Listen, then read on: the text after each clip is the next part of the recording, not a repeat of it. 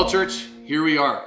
This feels like a monumental day, doesn't it? It feels like here we are on the cusp of finishing the Old Testament.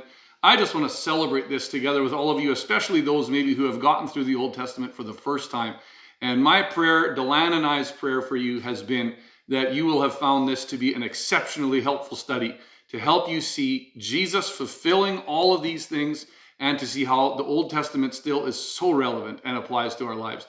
And I want to invite you to join us. We're going to have a bit of a closing video following this video with just a few closing comments and maybe a challenge or two for the upcoming year that you won't want to miss. So join us for that. I want to close off here in Malachi chapter 3 and 4 today with noticing a few things that I think are good summaries of what we've been trying to accomplish as we've read through this Old Testament this past year. What I want us to see in chapter 3 is the three different times that the Lord brings an accusation to the people. And all three times, notice their response. Look at this. In verse 7, he says, "Return to me." And the people say, "How should we return?" And then in verse 8, God says, "You robbed me." And the people are asking, "How do we rob you?" And then later on in the chapter, he says in verse 13, "You have said harsh things about me.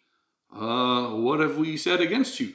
Notice that in all three cases, when the Lord brought an accusation, the people, and we don't know the sincerity of their question, but we can assume from the response, they actually didn't know how they were doing these things when the Lord accused them. And that, to me, church, highlights the need to make daily and to prioritize daily Bible reading so that we do not ever find ourselves in a place where we are so disconnected from what God has revealed to us that we actually no longer know what it is that God expects of us. Church, this last year, we have engaged in Scripture in many ways, probably deeper and in a more personal way than we have experienced, and we need to continue that, church. This is not just a one and done thing that we have completed here today.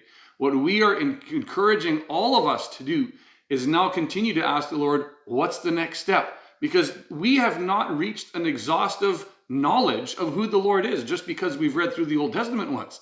Not even close. We will never reach a place where we fully understand who God is and fully understand what His will for our lives is, because we need to continue to engage in Scripture and continue to find the jewels that God has in here for us, the daily words each day that He wants to lead us in.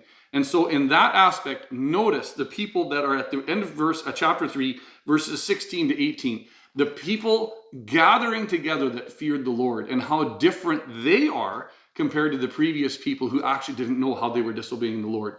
They talked together and God heard them and He listened to them. Isn't that exciting?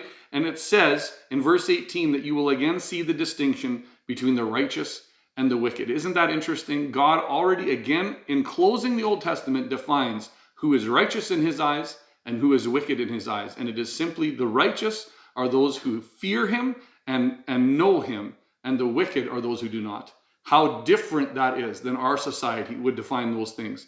And so, church, today we can pray, Lord Jesus, help me to fear You and know You the way You long for me to do so. Then in chapter 4, I want to break this down into two sections, verses 1 to 3 and 4 to 6. And I want to start with 4 to 6, because here we can see what I would refer to as the first coming of Jesus. So in verses 4 to 6, we can see that these verses are exhorting the people to remember the law and the decrees and laws that they were given. And then it connects in verses 5 to 6, the prophecy about John the Baptist coming, who is going to prepare the way for the first coming of Jesus Christ. And I love that the book of Malachi largely remains open-ended. He just says, remember what I've told you and look for this one who's coming. He is going to prepare the way for me. Isn't that awesome? And so now for the next 400 years that lie between this book and when Jesus came and when John the Baptist came, they would have been expected to continue to remember the law and to look for the one that was going to come to prepare the way. And then we see in verses 1 to 3 of chapter 4, of what I would describe to be the second coming of Jesus. And isn't it awesome, church, that the first coming of Jesus atoned for our sin and made it possible for us to then be longing for, to be looking forward to that second coming when we know He is coming back again just the way He left.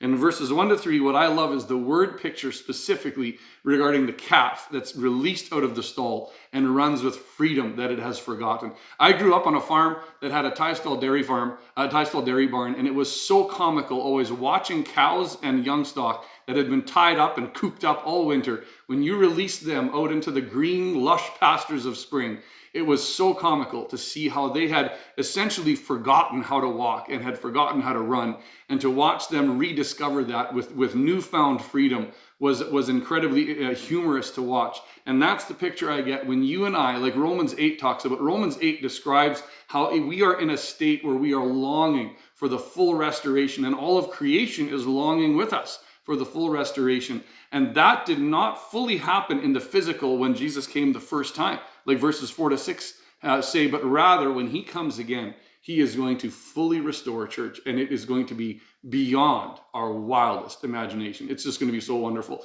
And so I often chuckle a little bit when I think about this calf running from the stall, and how you and I, in that same way, when we reach heaven and God brings us home, or when Jesus returns, we will run and frolic with freedom like we have never known before.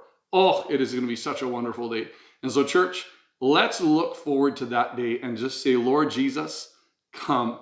I love how the whole Bible in Revelation 22, it ends on that note where Jesus says, I'm coming soon. And John just simply says, come, Lord Jesus. Let's welcome his return, church. And let's continue to seek the Lord in how he would want us to pursue continued Bible reading and devotions for this upcoming year, as well as anticipate how deeply connected the Old Testament is with the New Testament, in that it ends by saying, don't forget. Jesus said in Matthew chapter 5, I did not come to abolish the law, but to fulfill it. Church, all that we've read up to this point is fulfilled in the man, Jesus Christ. May his name forever be praised.